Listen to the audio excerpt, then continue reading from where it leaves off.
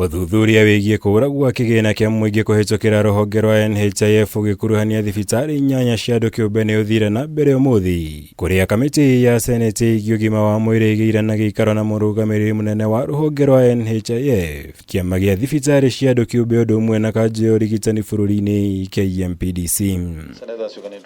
Nĩ hĩndĩ ya gĩikaro gĩkĩ kũhithũkirie atĩ maabitha rũhonge rwa NHIF arĩa mathũrimaga rekondi itiganĩte cia ũrigitani mathibitarĩ-inĩ matikoragwo makinyanĩirie ikĩro cia mathomo marĩa magĩrĩire nĩguo gũkũrana gatagatĩ ka mĩthemba ĩtiganĩte ya ũrigitani ũrĩa thibitarĩ ici iheanaga. In our view, what NHIF has engaged in with a lot of these cases here is a fishing expedition, and you pointed it out with the UTHUTHURIA with JEKIM. And what is happening there is really looking for a problem where there is none, because you have to prove the case in the media.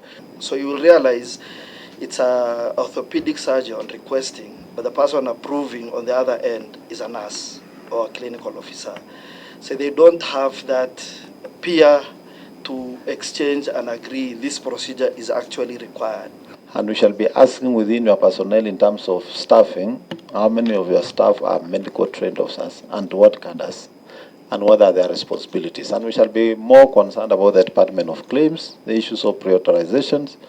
We have no problem with accountants and procurement and the other guys, but this part that is so critical to the operations of NHIF, we would also want to understand the issue of staffing.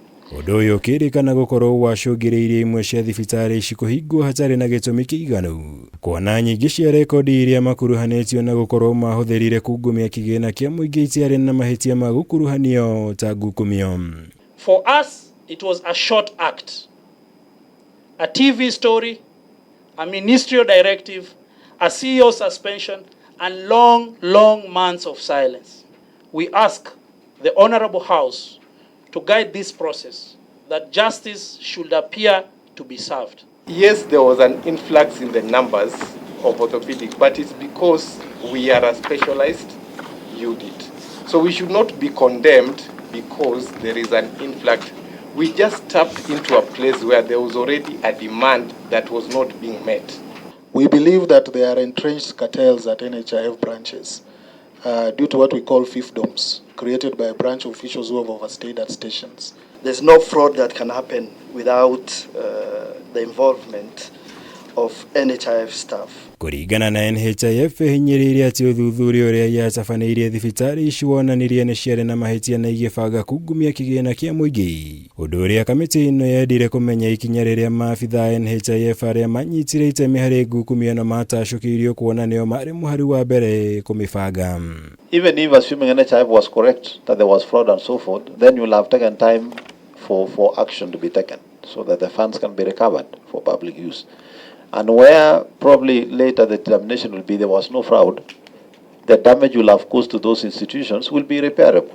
So there was reason as to why the timeline of 90 days was given, and it needs to be adhered to. Kumana na ũhithũria ũyũ kamĩtĩ ĩno yathire bodi ya NHIF kũhanyũkia ũthuthuria wĩgiĩ ngukumio ĩno nĩguo ũma wa ũhoro ũkũrĩkane wa kana kũrĩ na kĩgĩna kĩa mũingĩ kĩungumirio, na kana NHIF yahanyũkire kũhinga thibitarĩ ici kũrũmĩrĩra riboti iria ciacabithirio nyũmba-inĩ cia mohoro matatabanĩtie ũthuthuria o wothe.